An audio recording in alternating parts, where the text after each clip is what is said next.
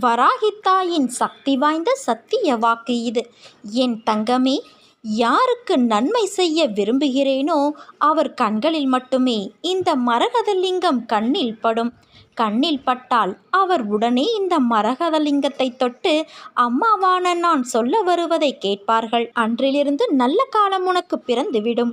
வாழ்க்கையில் வெற்றி பெற்றே தீருவேன் என்று இருக்கும் நீ ஏன் அடிக்கடி நம்பிக்கையில்லாமல் உன் கடமைகளிலிருந்து நீ பின்வாங்குகிறாய்? மனம் தளராதே. வாழ்வில் பிரச்சனைகள் வரத்தான் செய்யும். அதற்காக எந்த காரியத்தையும் தள்ளி போடாதே. தொடர்ந்து தோல்விகளை சந்திக்கிறோமே என்று வருந்தாதே. விளைநிலமானாலும் அதை உழுதால்தான் பயிரிட முடியும். அதேபோல வாழ்வில் தடைகளை எதிர்கொண்டால்தான் வெற்றி பெற முடியும். எதை கண்டும் அஞ்சாமல் நம்பிக்கையோடு முயற்சி செய்து கொண்டே இரு. உன்னுடைய துன்பங்கள் எல்லாம் ஒன்று சேர்ந்து உன்னை பல இடங்களில் விரக்தியின் வெளிப்பாடாய் கோபப்பட வைக்கிறது. அது உனக்கு நல்லதல்ல குழந்தையே. கோபம் ஒருவரை வாழ வைக்க வேண்டுமே தவிர வீழ்த்தி புண்படுத்தக்கூடாது. எனக்கு எதிராக தவறு நடக்கும்போது எப்படி நான் கோபப்படாமல் இருப்பது என்று நீ என்னை பார்த்து கேட்பது புரிகிறது. கோபம் நல்லதுதான். அதை இடம்பொருள் உணர்ந்து வெளிப்படுத்தினால் நல்லது. கோபம் நெருப்பு போன்றது. நெருப்பு விளக்கு ஏற்றவும் உதவும். அதே சமயம் வீட்டையும் எரிக்கச் செய்யும். அதனால் கோபப்படுவதற்கு முன் ஒரு நிமிடம் நிதானமாக நன்கு யோசித்து செயல்படு. அவசரப்பட்டு வார்த்தைகளை கொட்டி விடாதே. உன்னை நேசிக்கும் உள்ளங்கள் மீது என்றும் கோபப்படாதே. ஒன்றை புரிந்து கொள் குழந்தையே. வாழ்வில் சாதிக்க, வெற்றி பெற நம்பிக்கையும் ஊக்கமும் தான் அவசியம். அது இருந்தால் கல்வி அறிவோ பொருளாதாரமோ இல்லாதவனும் கூட முன்னேறுவதும் வெற்றி பெறுவதும் உறுதி. நீ எல்லா செல்வ வளங்களையும் பெற்று சீரும் சிறப்புமாய் வாழ்வாய். கவலைப்படாதே. உன்னோடு உன் அன்னையான நான் இருக்கிறேன். நீ பாசத்திற்காக ஏங்குகிறாய். அது உனக்கு கிடைக்காமல் போகும்போதும், நீ உதாசீனப்படுத்தப்படும் போதும் நீ அடையும் துன்பத்தை காண சகிக்கவில்லை. உன் ஏக்கம் எனக்காக மட்டும் இருக்கட்டும். உனக்கு திகட்ட திகட்ட அன்பை பொழிய நான் இருக்கிறேன். என்னுடைய அன்பு மட்டும்தான் உதாசீனப்படுத்தாத அன்பு. உன் மனதை திடமாக வைத்துக்கொள். இந்த உலகத்தில் எதுவுமே நிரந்தரமில்லை. யாருமே நிரந்தரமில்லை. பெற்ற தாயானாலும், தந்தையானாலும், மனைவியானாலும், கணவரானாலும், குழந்தைகளானாலும் குறிப்பிட்ட எல்லை வரை மட்டுமே அவர்கள் வருவார்கள். ஆனால் உன்னோடு நிரந்தரமாக வரப்போவது உன் சத்குருவாகிய நான் மட்டுமே. அதை புரிந்து கொண்டு இன்பத்தையும் துன்பத்தையும் சரிசமமாக நினைக்க உன் மனதை நீ பக்குவப்படுத்திக்கொள். இன்பத்தை கண்டு மிகவும் பரவசப்படாமலும், துன்பத்தை கண்டு துவண்டு போகாமலும் உன்னை சமநிலையில் இருக்க நீ பழகிக்கொள். அப்போது நீ எதற்கும் கலங்க வேண்டிய அவசியம் இருக்காது. இந்த பக்குவ நிலைக்கு உன்னை கொண்டு வருவது உனக்கு முதலில் கஷ்டமாகத்தான் இருக்கும்.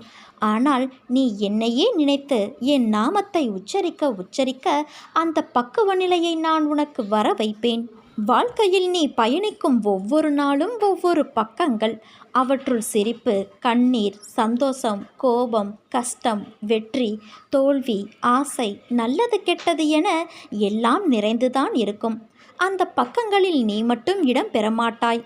எல்லா உறவுகளும், எல்லா கதாபாத்திரங்களும் அதில் இடம் பெறும்.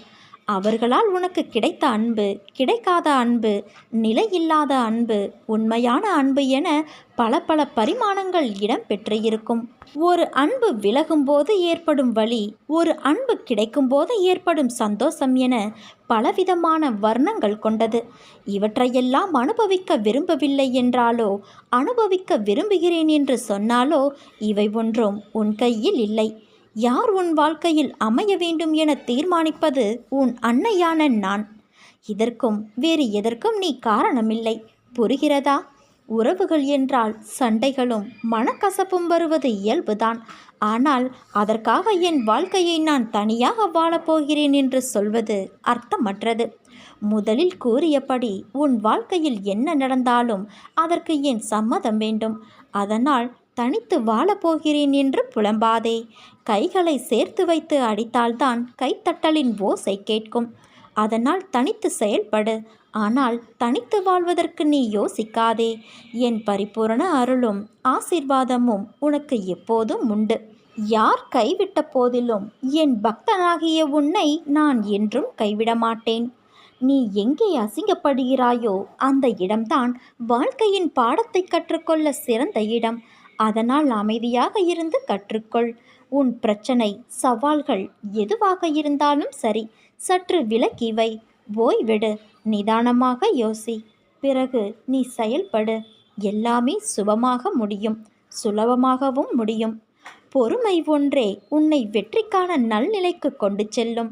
நீ ஒவ்வொரு முறையும் தோற்கும்போது நாம் இன்னும் பெரிய செயல்களில் வெற்றி பெறப் போகிறோம் என்பதை மனதில் வைத்துக்கொள். முன்பு தோல்வியடைந்து விட்டோமே என்று தரையை பார்த்தாலும் பிறகு வெற்றி பெற்று விட்டோமே என்று வானத்தை பார்ப்பதும் வாழ்க்கைக்கு சிறந்தது அல்ல. ஒன்றை மட்டும் புரிந்து கொள். கர்வமற்ற வெற்றியே மேன்மேலும் சிகரம் தொட வழிவகுக்கும். நமது வாழ்க்கை பயணத்தில் ஒரு சிலர் குறை கூறுவதற்கு என்றே பிறவி எடுத்து இருக்கிறார்கள். அவர்களை பற்றியும் அவர் கருத்துக்களை பற்றியும் கவலைப்படாமல் முன்னேறிக்கொண்டே இரு. நாம் பரபரப்பாக இருந்தாலே பாதி சோகம் கண்ணுக்கு தெரியாது. சுறுசுறுப்பாக இயங்கினாலே எந்த சோகமும் நெருங்கி வராது. சாதிக்க துடிக்கும் ஒவ்வொருவருக்கும் தன்னம்பிக்கையும் அதிகம், அவமானமும் அதிகம் ஏற்படும். இதை நாம் ஏற்றுக்கொண்டால் மட்டுமே காலத்தாலும் வீழ்த்த முடியாத வரலாறு படைக்க முடியும். நீச்சல் செய்ய முடியாதவர்களால் எப்படி நீரோட்டமுள்ள ஆற்றை கடக்க முடியாதோ அதே போல முயற்சி செய்ய முடியாதவர்களால் வாழ்க்கையில் முன்னேற முடியாது. அதனால் முயற்சி செய் குழந்தையே. முள்ளும் மலராகும். விமர்சனம் கூட ஒரு நாள் விருந்தாகும். நீ தூக்கி எறியப்படும் இடங்களில் உன்னை மேலே தூக்கி விடுவேன். காலதாமதமாகலாம், ஆனால் நிச்சயம் வெற்றி பெற முடியும். நேரம் வரட்டும், பல செயல்களை ஒரே அடியாக செய்து விடலாம் என்று காத்திருப்பவன் எந்த நேரத்திலும் எப்போதும் எதுவும் செய்ய மாட்டான். அதனால் துன்பத்தை சந்தித்தால்தான் பொறுமைக்கு வழி தெரியும். அவமானத்தை சந்தித்தால்தான் உறுதிக்கு வழி தெரியும். பசியை சந்தித்தால்தான் உணவின் அருமை தெரியும். தோல்வியை சந்தித்தால்தான் வெற்றிக்கு வழி தெரியும். எண்ணிக்கை கூட பூஜ்ஜியத்தை ஆதியாக வைத்தே தொடங்குகிறது. அதே போலத்தான் உன் வாழ்க்கையும் எதுவும் இல்லாமல் தான் தொடங்குகிறது. உயரும் எண்ணிக்கை முக்கியமில்லை, உயர்ந்த எண்ணம்தான் முக்கியம். பொதி சுமக்கும் கழுதைக்கு மதி கிடையாது. விதி என்று உயிரை கொடுத்து உழைத்து கொண்டே இருக்கிறது. புத்தி கொண்ட மனிதன் அல்லவா நீ? சக்தி உனக்குள் தானே இருக்கிறது. விதியை காரணம் காட்டி மதில் மேல் உள்ள பூனையாகி விடாதே.